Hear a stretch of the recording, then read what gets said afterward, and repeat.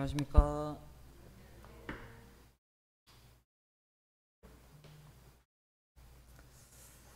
매번 자리에 올라오면은 긴장도 되고 떨리는 것 같습니다. 근데 또 한편으로 생각해 보면은 저는 이 자리에 선 게 뭐 저의 말을 하려고 올라온 게 아니라 또 하나님이 어떠하신 분인지 또 전달자의 입장으로 올라왔기 때문에 또 그렇게 생각하면은 또 긴장이 많이 되진 않더라고요. 왜냐하면 저의 말이 아니라 하나님의 말씀을 나누고 또 하나님을 전달하는 자의 입장으로서 온 것이기 때문에 조금은 또 마음이 편하지 않나라는 생각이 들게 되는 것 같습니다. 오늘 전달자의 입장으로서 또 하나님에 대해서 함께 시간 나눠보고자 합니다. 네, 오늘의 말씀 제목은 신의 한 수라고 적어봤는데요. 성도님들은 신의 한 수 하면 어떤 것이 떠오르시나요? 네, 많은 분들이 이세돌의 참 AI와의 대국을 많이 떠올리시지 않을까라는 생각을 합니다.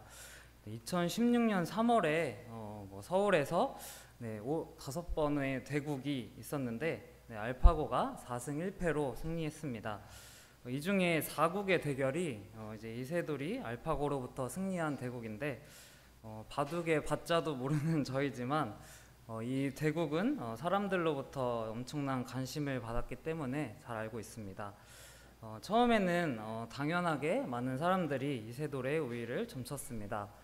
그러나 막상 뚜껑을 열어보니 알파고를 넘기에는 역부족한 모습을 보였고 평생을 바둑을 두었던 인간 중에는 으뜸이라고 할 수 있는 이세돌이 AI에게 패하는 모습을 또 사람들은 보고 싶지 않았고 또 상상하기 쉽지 않았습니다. 그러나 사람의 평생의 능력을 AI가 빠르게 뛰어넘는다는 것을 우리는 이것을 통해서 확인했습니다. 네, 5번의 대국 중 4번째 대국을 사람들은 가장 많이 기억하고 회자하는데요. 그리고 그중 승리를 이끌었던 한 수였던 78수를 흔히 신의 한 수라고 부릅니다. 그 한 수를 두었을 때 난공불락의 모습을 보였던 알파고는 스스로 이상한 수를 두면서 자멸하고 패하는 모습을 이제 사국에서 봤는데요. 신의 한 수라는 말을 좀 묵상하게 되었습니다. 인간이 들 수 없는 수를 두었을 때 그 말을 표현하는 단어라고 생각이 들었는데요. 인간이 상상할 수 없고 들 수 없는 영역의 수를 두었을 때 인간은 신의 한 수라는 말을 사용하는 것 같습니다. 이세돌의 한 수는 그러한 영역의 수라고 많은 이들이 생각했고 또 그 상대가 또 너무나도 완벽해 보였고 강했던 알파고를 무너뜨린 수였기 때문에 또 이러한 또 단어가 붙지 않았나라는 생각이 듭니다. 이것을 보면서 정말 신의 한 수를 두며 살아가야 할 자가 누구인지를 좀 생각해 보게 되었는데요. 바로 나 자신이다라는 생각이 들었습니다. 성도를 저희는 이제 주님의 자녀라고도 하고 또 성령님이 함께 거하는 자라고도 합니다. 그렇다면 세상에 사는 사람들 중에 정말 신의 한 수를 둘 수 있고 또 정말 두어야 하는 자는 다름 아닌 성도인 나라는 것을 좀 느끼게 되었습니다. 그러나 나에게 정말 그러한 수를 둘 능력과 지혜와 경험이 있는지를 또 돌아보게 되었는데요. 그러던 중에 성경에서 정말 신의 한 수를 둔 자가 누굴까 많은 분들이 있겠지만 다니엘이 좀 떠올랐습니다. 오늘의 본문 말씀인 다니엘 1장 4절에서 8절을 제가 읽어보도록 하겠습니다.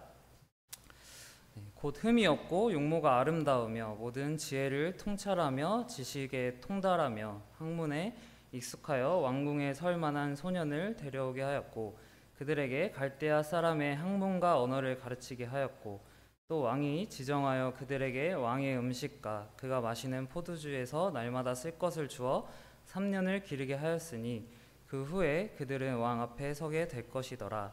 그들 가운데는 유다 자손 곧 다니엘과 하나냐와 미사엘과 아사랴가 있었더니 환관장이 그들의 이름을 고쳐 다니엘은 벨드사살이라 하고 하나냐는 사드락이라 하고 미사엘은 메삭이라 하고 아사랴는 아벳느고라 하였더라. 다니엘은 뜻을 정하여 왕의 음식과 그가 마시는 포도주로 자기를 더럽히지 아니하리라 하고 자기를 더럽히지 아니하도록 환관장에게 구하니. 다니엘 하면 떠오르는 것이 많이 있습니다. 가장 유명한 사자굴에 들어간 장면도 생각이 나실 거고요. 또 새 친구가 풀무불에 들어간 장면도 떠오르실 것입니다. 이러한 사건들을 생각해 볼 때 참 일반적이지 않다라는 생각이 들게 됩니다. 다니엘과 새 친구는 세상에 휩쓸려 살아갈 수밖에 없던 환경에 있던 자들입니다. 18세라고 많이 하는데 10대 중후반에 바벨론의 포로에 잡혀와서 그들의 이름은 계명당하고 또 그들의 정체성을 없애고 또 바벨론의 영향을 있는 그대로 받으며 살아갈 수밖에 없고 또 그것이 일반적으로 포로에게 맞는 삶입니다. 그러나 그들은 일반적으로 상상할 수 없는 생각과 결단 그리고 행동을 보입니다. 그러므로 세상에 휩쓸려서 참 하나님을 믿는 사람의 색깔을 잃어가는 성도가 아니라 세상에서 자신들의 색을 있는 그대로 보임으로 세상을 자신이 믿는 하나님의 색깔로 물들였던 자들이 아닌가라는 생각이 듭니다.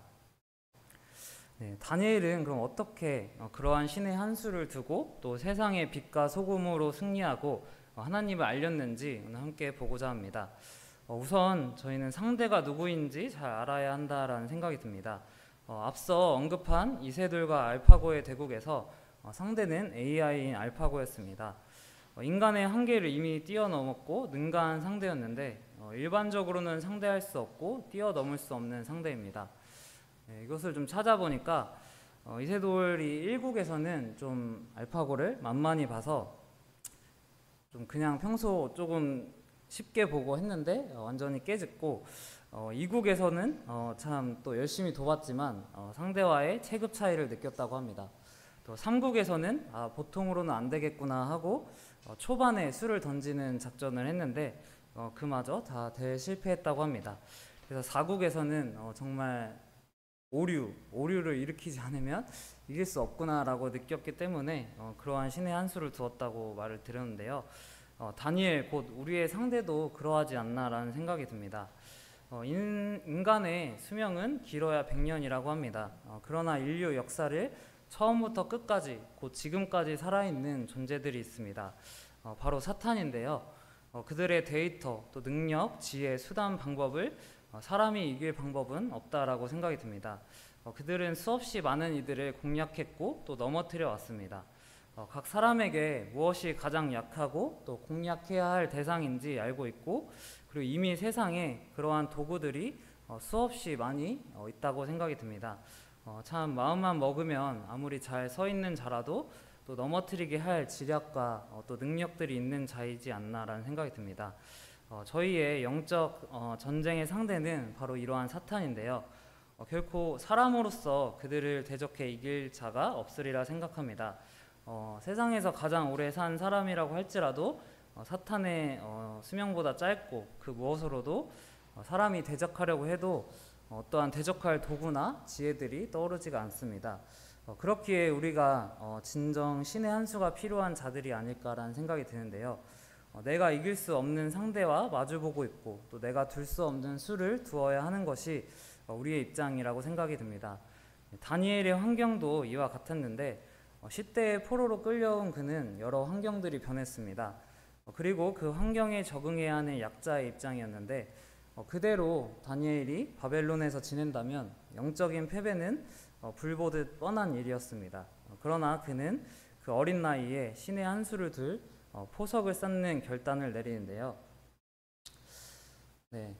바로 다니엘 1장 8절의 말씀입니다. 앞에 보이는 사진은 제 차에 있는 그 말씀 구절 사진인데요. 한 벌써 6, 7년은 된 것 같은데 김은혜 자매님 집에 초대받아서 청년들이 갔던 적이 있습니다. 신년 말씀 뽑기로 제가 이 말씀을 뽑아서 그 후로 계속해서 이제 차에 앞에 두고 다니고 있는데요. 부끄럽지만 이제 뜻을 정하여 다니엘처럼 살지 못했던 것 같습니다. 그래서 이 말씀을 준비하게 하시면서 좀 자신을 돌아보고 다니엘과 같이 정말 뜻을 정해서 성장하길 원하시는 마음에 또 이러한 말씀을 주시지 않았나라는 생각이 드는데요. 참 다니엘은 어려운 환경에서도 하나님의 뜻을 인정하고 또 믿고 정하였습니다. 바벨론이라는 나라에 끌려왔지만 자신의 영적인 것들은 우상과 그 나라의 것들로 끌려다니지 아니하겠노라라는 확고한 뜻이 있었습니다. 저 결단과 환관장에게 저 말을 하기까지 결코 쉬운 일이 아니라는 생각이 듭니다. 그러나 다니엘은 그러한 음식의 하나에 타협하는 것이 자신의 영적인 것들을 무너뜨리고 또 우상에게 세뇌당하는 또 바벨론에 물들게 되는 첫 걸음이라는 분별을 했던 것 같습니다. 그러므로 그는 거기서 확실한 결단과 뜻을 정해서 세상에 선포하는 것을 보게 됩니다. 1장 9절에는 하나님이 다니엘로 하여금 환관장에게 은혜와 긍휼을 얻게 하신지라 라는 말씀이 있는데요. 이 수를 완성하시는 분이 바로 하나님이시라는 것을 알게 됩니다. 환관장은 그 뜻을 거부할 수도 있고 또 지키게 할 수도 있는 결정권자입니다.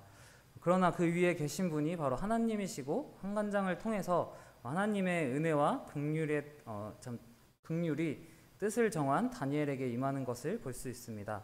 이러한 다니엘을 보면서 신의 한 수를 두기까지 앞서 뜻을 정하는 것이 성도에게 필요한 것을 보게 됩니다.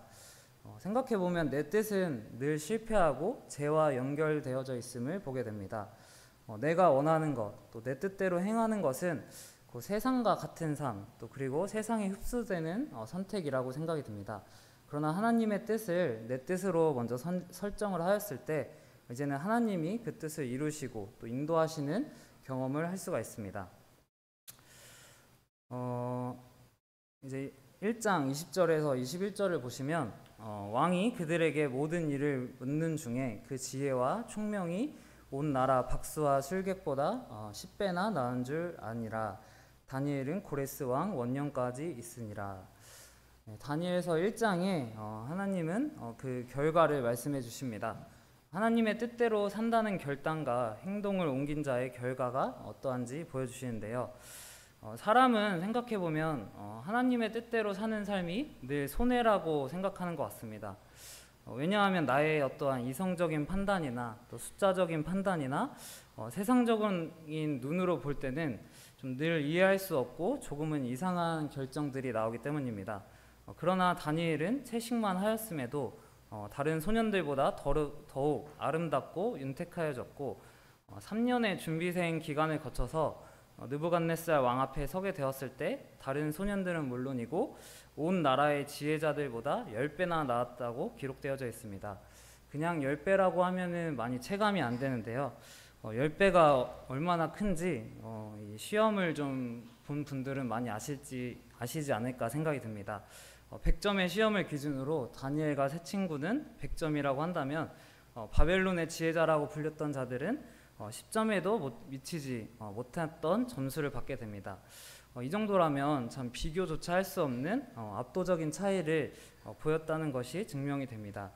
또한 다니엘은 바벨론이 망하고 또 여러 왕국들이 세워질 때까지도 그의 능력을 보이고 또 높은 위치에 있었음을 또 21절을 통해서 확인할 수가 있는데요. 이것을 보면서 내 뜻이 아닌 하나님의 뜻을 나의 뜻으로 정한 자의 결과가 어떠한지 확인할 수가 있습니다. 우리의 인간적인 생각으로는 손해볼 것 같지만 전혀 손해보는 것이 없고 도리어 형통하고 복된 삶을 누릴 수 있습니다. 꼭 세상적으로 성공하는 것이 아니라 영적인 삶에서 생각할 때 10배 이상의 가치를 우리에게 가져다주는 그러한 결단이자 값어치라고 생각을 합니다.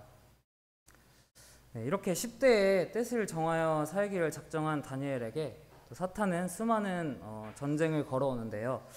그리고 그때 뜻을 정한 다니엘이 어떻게 신의 한 수를 두며 승리하는지 또 함께 보고자 합니다. 다니엘서 6장은 유명한 사자굴에 들어간 다니엘이 나오는 장면인데요. 바벨론의 벨사살 왕이 죽고 메대의 다리오 왕이 세워졌습니다. 그리고 3명의 총리 중 하나가 다니엘이었는데 다니엘의 능력은 당연 그 3명 중에 뛰어나서 참 이 왕이 그들의 위로 세우려고 하자 자연스럽게 희생과 핍박이 들어오는 상황입니다. 그리고 다니엘을 넘어뜨리려는 그러한 계획들을 펼치는 그러한 상황인데요. 6절 7절을 제가 읽어보도록 하겠습니다. 이에 총리들과 고관들이 모여 왕에게 나아가서 그에게 말하되 다리오 왕이여 만수무강하옵소서. 나라의 모든 총리와 지사와 총독과 법관과 간원이 의논하고 왕에게 한 법률을 세우며 한 금령을 정하실 것을 구하나이다. 왕이여 그것은 곧 이제부터 30일 동안에 누구든지 왕 외에 어떤 신에게나 사람에게 무엇을 구하면 사자굴에 던져 넣기로 한 것이니이다.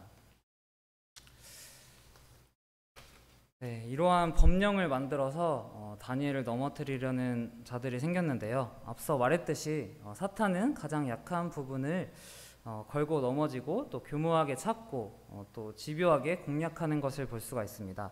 그러나 6장 4절에서 다니엘의 허물을 찾으려고 했지만 그들은 도무지 그 허물을 찾을 수가 없습니다.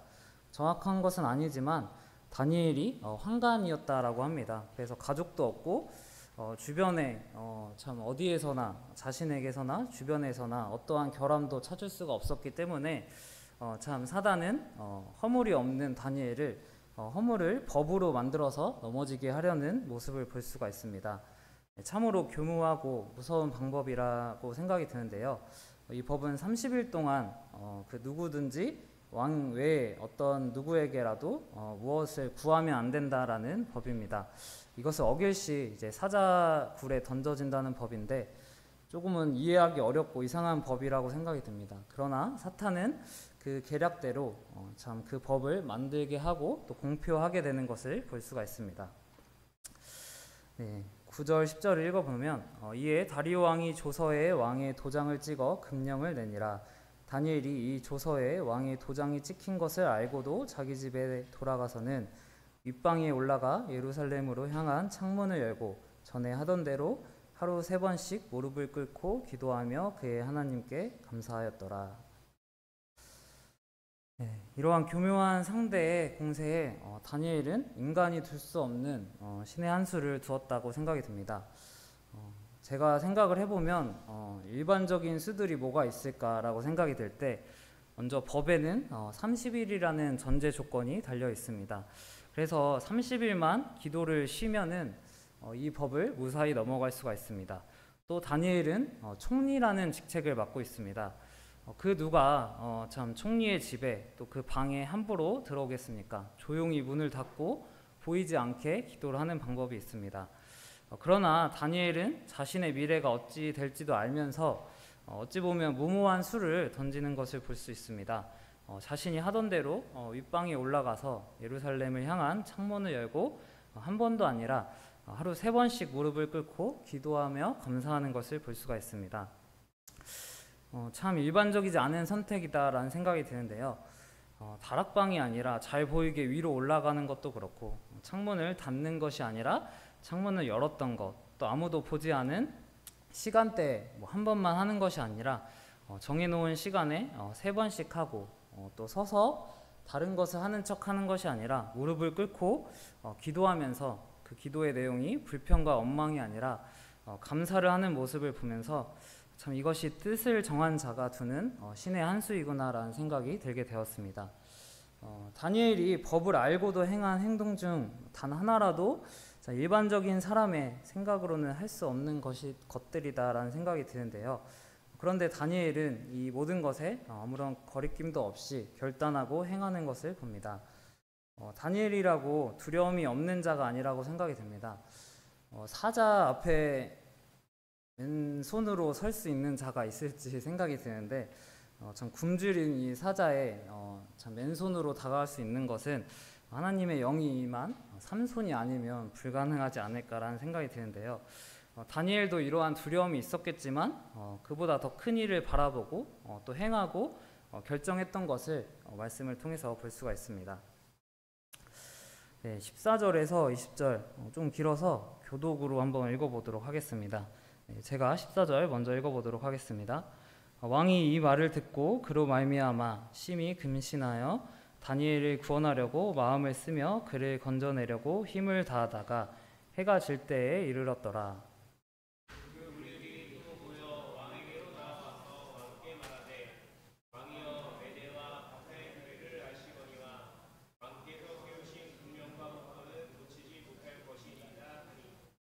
이에 왕이 명령하매 다니엘을 끌어다가 사자굴에 던져 넣는지라. 왕이 다니엘에게 이르되 내가 항상 섬기는 너의 하나님이 너를 구원하시리라 하니라. 이에 돌을 굴려다가 굴 어기를 막으매 왕이 그의 도장과 가족들의 도장으로 공하였으니 이는 다니엘에 대한 조치를 고치지 못하게 하려 함이었더라.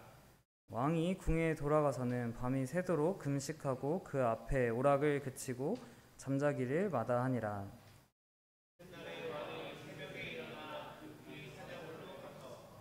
다니엘이 든 굴에 가까이 이르러서 슬피 소리질러 다니엘에게 묻되, 살아계시는 하나님의 종 다니엘아, 내가 항상 섬기는 내 하나님이 사자들에게 능히 너를 구원하셨느냐 하니라. 다니엘의 이러한 무모해 보이는 선택은 한 나라의 왕도 어찌해 줄 수 없는 상황인 것을 보게 됩니다. 그를 구원해 주길 애쓰고 또 힘쓰고 많은 근심과 생각을 했지만 도무지 그를 구할 길이 없었습니다. 왕이라도 그가 정한 법을 어찌할 수가 없었는데요. 어떻게 보면 사탄의 수는 완벽하지 않았나라는 생각이 듭니다. 세상에 그 누가 와도 다니엘의 생명을 지킬 방도가 없습니다. 이 다리오 왕이 조그만한 나라도 아니고 정말 그 시대의 큰 나라, 가장 높은 위치에 있었던 왕임에도 불구하고 참 다니엘을 지킬 수가 없었던 이러한 처지인 것을 보게 됩니다. 이처럼 사탄은 믿는 자의 가장 약한 부분을 공략하고 또 도무지 어찌할 수 없는 어떻게 보면 사면초가의 길로 몰아넣지 않나라는 생각이 듭니다. 참 사람으로서는 이겨낼 방도가 없음을 보게 되는데요. 그러나 그 하나님이 도우시는 그 한 수의 결과를 함께 보고자 합니다.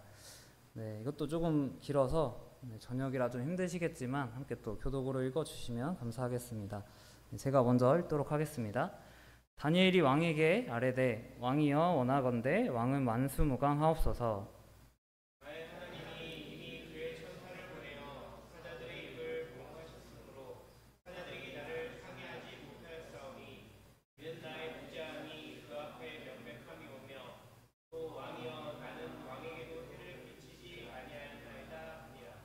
왕이 심히 기뻐서 명하여 다니엘을 굴에서 올리라 하매 그들이 다니엘을 굴에서 올린즉 그의 몸이 조금도 상하지 아니하였으니 이는 그가 자기의 하나님을 믿음이었더라. 왕이 말하여 다니엘을 참소한 사람들을 끌어오게 하고 그들을 그들의 처자들과 함께 사자굴에 던져넣게 하였더니 그들이 불바닥에 닿기도 전에 사자들이 곧 그들을 훑어서 그 뼈까지도 묻어들였더라. 이에 다리오 왕이 온 땅에 있는 모든 백성과 나라들과 언어가 다른 모든 사람들에게 조서를 내려 이르되, 원하건대 너희에게 큰 평강이 있을지어다. 내가 이제 조서를 내리노라.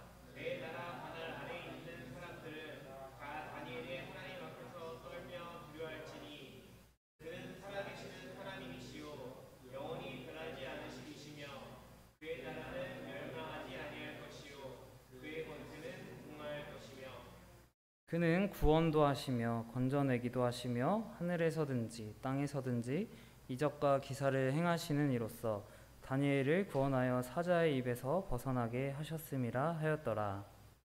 이 다니엘이 다리오 왕의 시대와 아각 사람 고레스 왕의 시대에 형통하였더라. 다니엘이 둔 신의 한 수의 결과인데요.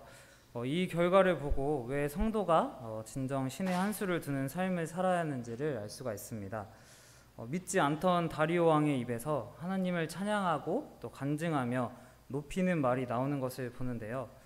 그리고 이 왕 외에도 여러 고관들 그리고 백성들, 언어가 다른 백성들까지도 하나님을 알게 되고 또 듣게 됩니다. 다니엘의 한 수는 온 나라에 영향을 끼치고 하나님을 전하는 복음의 길이 되었던 것을 볼 수가 있는데요.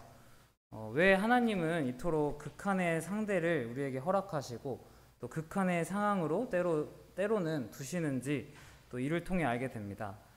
그 누구도 도울 수 없고 지킬 수 없던 다니엘의 생명이 지켜졌고 세상이 인정하는 신의 한 수의 모습을 보았기 때문에 세상이 하나님을 알게 되고 또 높이고 찬양하게 되는 도구가 되었던 것을 볼 수가 있습니다.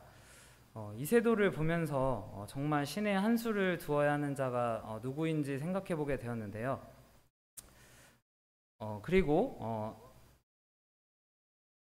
다니엘을 보면서 신의 한 수를 어떻게 두어야 하며 또 그러한 수를 두었을 때 그 결과가 어떻게 누구가 드러나고 높아지는지를 그 말씀을 통해서 보게 되었습니다.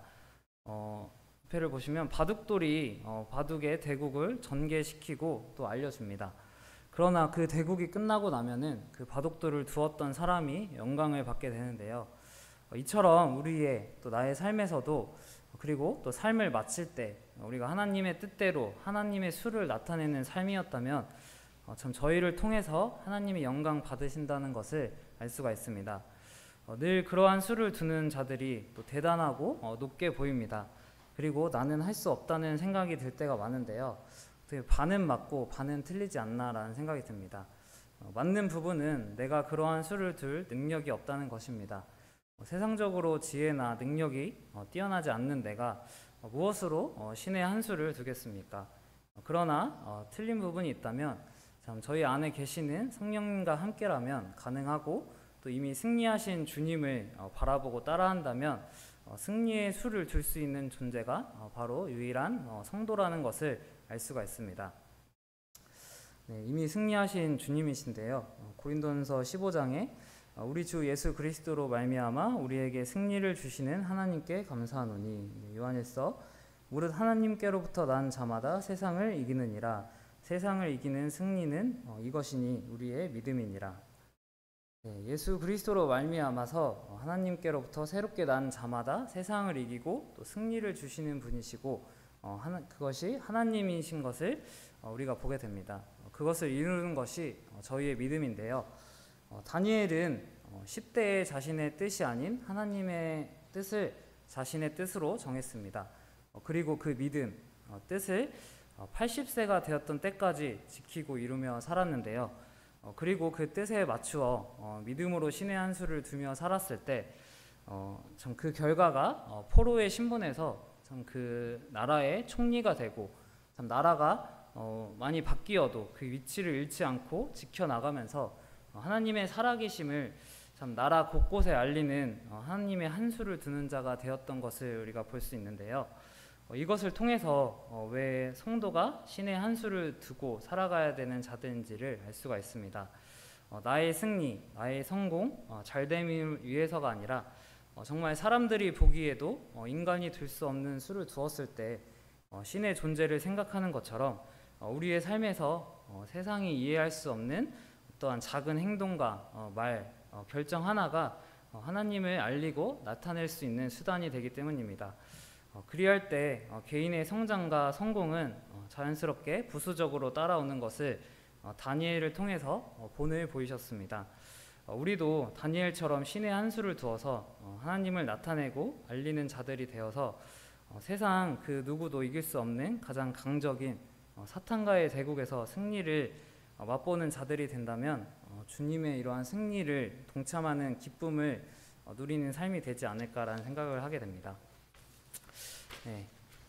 마지막으로 우리 오늘 이제 말씀을 정리하면서 마치도록 하겠습니다. 우리는 늘 영적인 전쟁 상태에 놓인 자들입니다. 그리고 우리의 상대는 인간을 하나님 다음으로 오래 봐왔으며 누구보다 인간의 약점을 잘 알고 또 어떻게 넘어뜨려야 하는 자들인지 참 그 누구보다 많은 데이터와 또 실행 능력을 갖춘 자들입니다. 늘 그들과의 전투를 우리는 마주하고 있는데요. 그 전투에서 자신의 힘으로 이길 자들은 없습니다. 우리에게는 이미 승리하신 주님이 필요하고 세상은 둘 수 없는 참 낮은 확률의 그러한 수를 두어야 하는 저희인데요. 이세돌이 알파고를 이기게 한 78수가 0.007%라는 확률의 수준이라고 합니다. 거의 만분의 1 정도의 수준이라고 하는데 숫자의 확률로 볼 때 사실상 불가능한 수준의 수였다는 생각이 듭니다. 그 한 수를 두기 위해서 참 우리는 먼저 내 뜻이 아니라 하나님의 뜻을 나의 뜻으로 정하고 결단이 필요합니다. 그리고 그 결단을 실천하는 용기도 필요한데요. 남들이 보기에는 이해할 수 없고 또 비난받을 수도 있는 그 수를 우리는 들 믿음의 용기가 필요합니다.